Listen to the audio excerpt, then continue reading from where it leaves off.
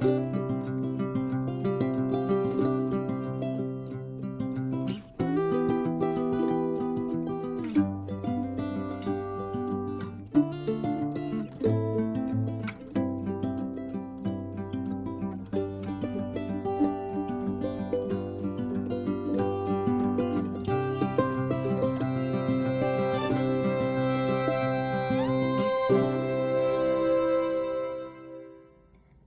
friendos and welcome back to my channel. This is the final installment of my 5-part tracker series, and I hope you found all the previous 4 useful or helpful in some way as you plan financial trackers for the coming new year. So in case you guys are new here, the link to the previous 4 trackers can be found in the description box below. So that's usually placed after the time codes, so you can easily navigate to them and check those out. Please take this time to like this video to show your support and subscribe for more. So let's get started. This 5th tracker is my expense tracker. So you can see on the top portion, I've already entitled that.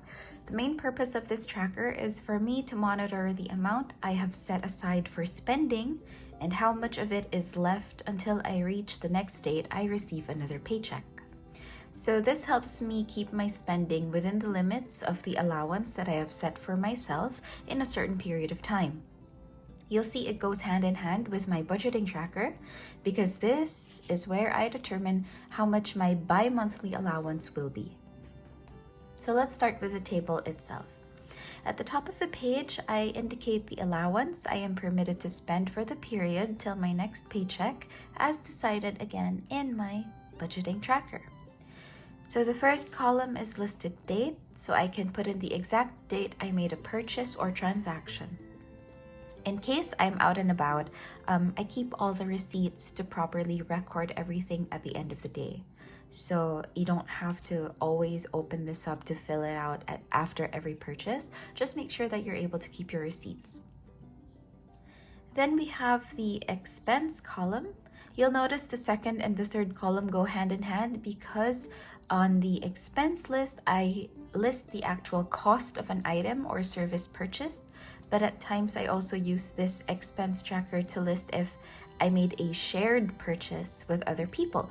So for example, if I actually have like a Hobonichi haul with other people, so under expense, I will be listing the names of the other people who made the purchase with me. So just to give you guys an example, let me show you on my current 2021 Hobonichi how it looks like when I've made a group purchase.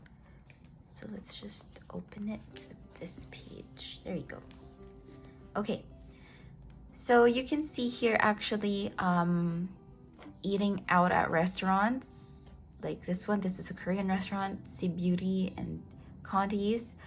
I shared those with other people, the cost rather. So I put in the total expense on this portion, on the top portion, and then the breakdown with other people paying with me will be on the underside.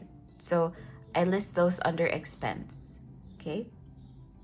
And then on the actual, so this is the reason why the expense and the actual go together. So under actual is where I place if the transaction was actually a cost to my allowance, so it's a minus, or in addition to its amount. So either a check mark or a plus sign on this side. For this particular table, I actually indicated a check mark and where the money was sent to when my friends paid for their share of the purchase.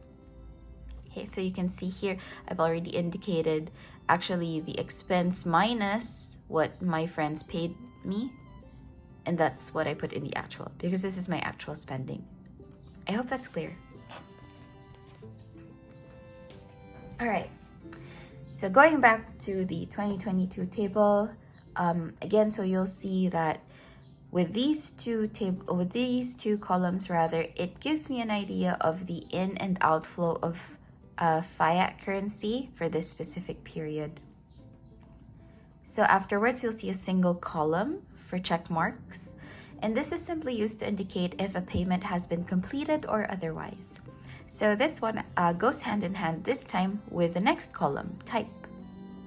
So under type, I indicate the kind of payment method I used to complete the transaction. So I'll place fiat if it was paid for in cash, CC if credit card, DC if debit card, and I have enough space so I can indicate which card I used specifically, so I can also keep track of all my cards and how I use them. So notes is simply to list the actual item or service that I paid for. So I just indicate here if, for example, if it's again a Hobonichi purchase I made or the expense I made eating out at a restaurant. And finally, under left, I indicate the amount that I have left after each transaction is made. So it's helpful to have everything in a single row so I can see the changes in the allowance that I have. So whether it's an addition or a subtraction to the actual allowance that I have set for myself. So essentially, the purpose of this entire table is summed up on this last column. So again, I can keep track of how much spendable funds I have left in a bi-monthly period. So that's actually it for this very short video, and this concludes my 5-part financial tracker series. I hope you guys have enjoyed all of these as far as I was able to enjoy sharing them with you. Please feel free to adopt these to your own financial tracking systems, and don't hesitate to make adjustments if you believe it best for your style of spending and tracking. So thank you guys for watching till the end. If you've reached this part, I'd just like to ask you guys again if you can please like this video to show me your love if you haven't yet, and subscribe for more content. See you guys on the next one. Bye!